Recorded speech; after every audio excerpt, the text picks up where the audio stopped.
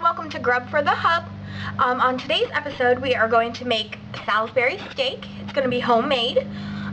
So first things first, you want to start out with gravy. Now you can make your own using actual beef broth and then stirring in flour.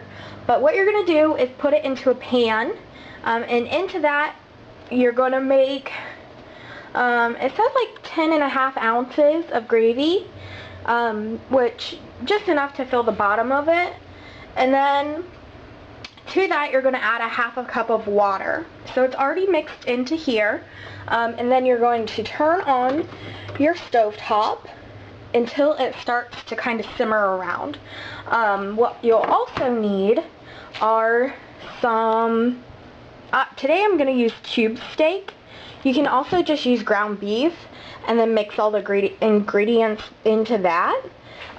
If you were to do that, you would need saltine crackers. So it's gonna kind of make it into a patty form, which the cube steak is already into. So we don't really need to do that, and everything should kind of mend into itself. You'll need some onion powder, salt and pepper, and some garlic powder as well. Alright guys, so this is what it'll look like when it starts to simmer. So what we did is just reduce the heat way down. That way it keeps simmering and then it kind of lowers the temperature on it. Next what you're going to do is season your, if you even have cube steaks, or what you would already done is kind of mix all your ingredients together using, what am I trying to say? Using ground beef. Alright, so just sprinkle on a little bit, and that was the onion powder, and then we're going to just use the garlic powder and sprinkle a little less on, just because it's so kind of powerful.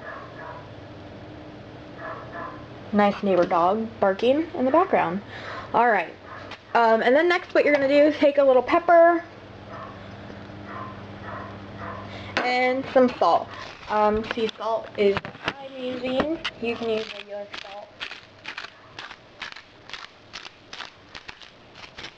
And then what? Alright, so our next step is just to take them out of the actual packaging and then season side down right into your gravy. There's one, and we'll do it to all of them and kind of make them a little nesting home in there. Ooh, be careful, that's really hot, ow.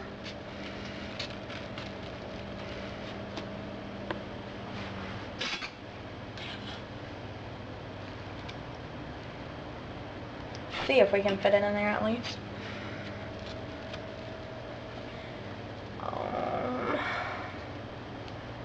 You can also use a big huge dish if you have one too. And then you're just going to do the same thing to the back side and just season it. And then you're going to let these go, covered, keeping the simmer going for the same, like about 30 minutes or so, until they're actually cooked all the way through. And then we'll flip them halfway through and show you what they look like and everything like that. Alright guys, so just about 10 minutes left to go. This is what it looks like. And we are just going to flip them over. And you'll do that to each of them. And then you'll just cook it for the rest of the 10 minutes and then everything will be done. Alright, so what we're going to do next is make some mashed potatoes to go along with our Salisbury steak.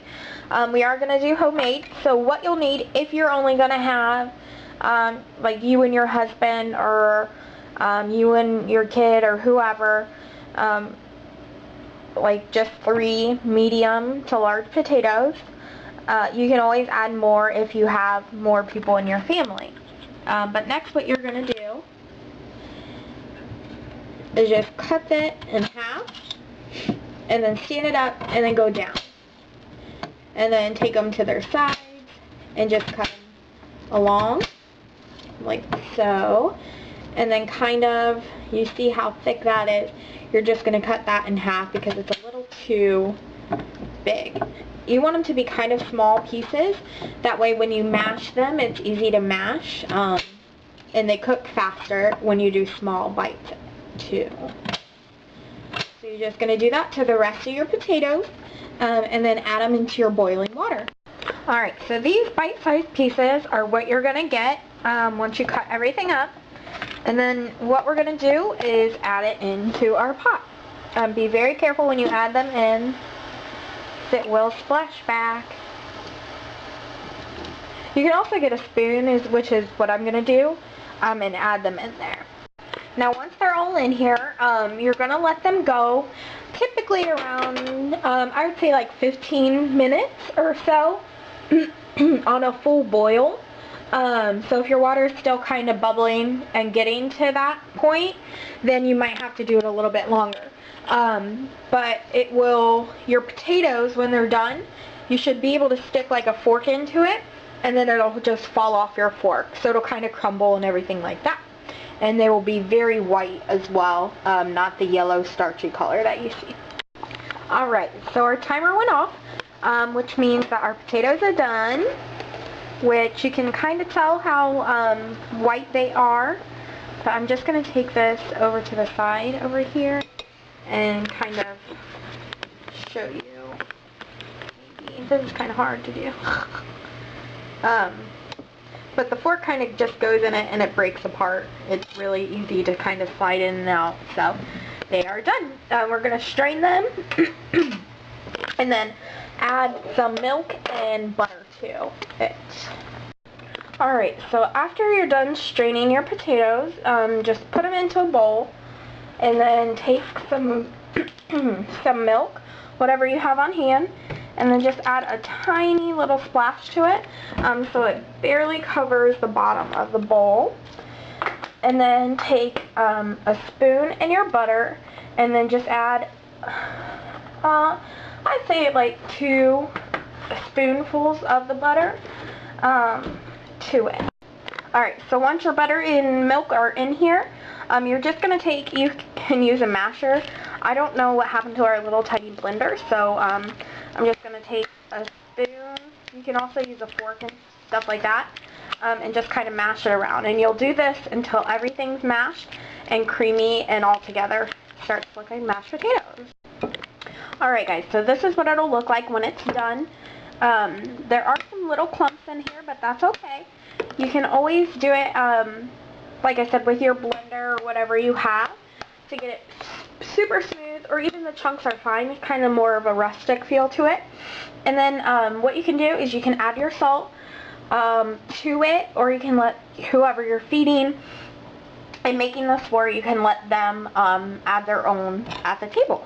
And then however much, if they need more butter or whatever.